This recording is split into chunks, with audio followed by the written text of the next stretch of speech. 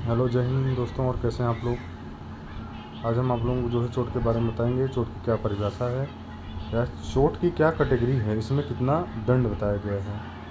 तो आईपीसी 319 में चोट को परिभाषित किया गया है।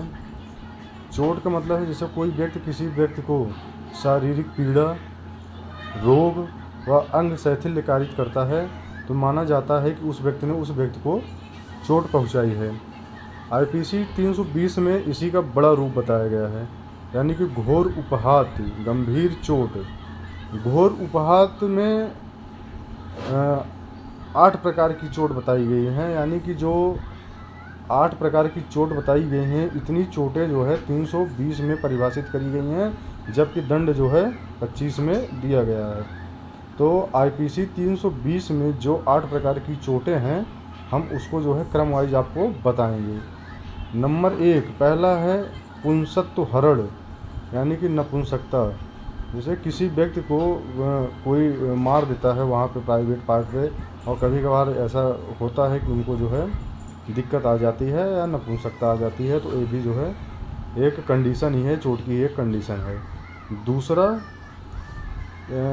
नेत्र, यानी जो हमारी दोनों आँखें हैं, इसमें जो है गंभीर चोट का लग जाना या दिखाई न देना। जैसे कभी कभार लोग मार देते हैं, आँख ही फूट जाती है, तो यानी कि आँख का स्थायी विच्छेद हम कह सकते हैं। कि जैसे कभी कभार होता है कि मार दिए और आँख से जो है दिखाई देना बंद हो गया, तो ये भी जो है दूसरी कंडीशन हो गई। तीसरी कंडीशन हो गई कान की श्रवण शक्ति का गायब होना। दोनों कानों में से किसी दोनों कान में से किसी भी एक कान की या दोनों कान की श्रवण शक्ति का गायब हो जाना। कभी कभार लोग जो है मारते हैं और कान सुनने की शक्ति जो है गायब हो जाती है, तो ये भी जो है एक कंडीशन है। चौथी कंडीशन है किसी इस अस्थि का विच्छेदन, यानी कभी कभार लोग मारते हैं तो जैसे फ्रैक्चर हो जाता है, हड्डी टूट जाती है, तो वही है कि किसी अस्थि का विच्छेदन, यानी टूट जाना, क्रैक हो जाना, विच्छेद हो जाना। तो ये भी चौथी कंडीशन है। पांचवी कंडीशन है किसी अस्थि का स्थायी विच्छेदन, यानी चौथी कंडीशन और पांचवी कंडीशन में सिर्फ इतना फर्क है, क्रैक वहाँ भी हो रहा है, टूट वहाँ भी रहा है और टूट यहाँ भी रहा है, लेकिन ये पांचवी कंडीशन में है बस टूट के अलग हो जा रहा है। यानी कि चौथी कंडीशन हो गई विच्छेद होना, पांचवी कंडीशन हो गई स्थायी विच्छेदन, छठवीं कंडीशन हो गई चेहरे का विरूपीकरण। जैसे कभी कभार लोग मारते हैं तो चेहरे पे जो चिन्ह बन जाते हैं, परमानेंटली चिन्ह बन जाते हैं, या चेहरे पे ज़्यादा चोट आ जाती है, उसी को कहते हैं विरूपीकरण। ये छठवीं कंडीशन हो गई। सातवीं कंडीशन ये हो गई अस्थि या दांत का स्थायी विच्छेदन या विसंधान। जैसे कहते हैं कि यार मारे हैं, दांत टूट गया है, तो दांत टूटना या टूट के अलग होना, दांत टूटना भी ये गंभीर अपराध की श्रेणी में आता है। ये सातवीं कंडीशन है।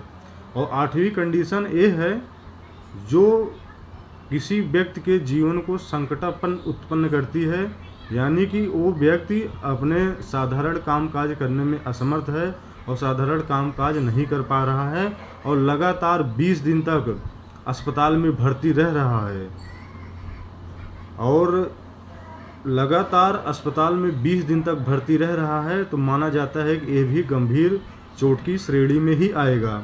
और कभी कभार ऐसा होता है कि ये जो चोटी हैं, ऊपर की चोटी जिसे धौंस चोट कहते हैं, जो दिखता नहीं है, पता नहीं चलता, लेकिन एमआरआई कराने पे इस चोट का भी पता चलता है। जो मांसें होती हैं वो फट जाती हैं, यानी कि वह व्यक्ति अपना साधारण कामकाज करने में असमर्थ है। और ये 8 प्रकार की कैटेगरी हो गई। इन 8 प्रकार की कंडीशन में 7 साल की सज़ा है, और सज़ा का प्रावधान आईपीसी 325 में बताया गया है।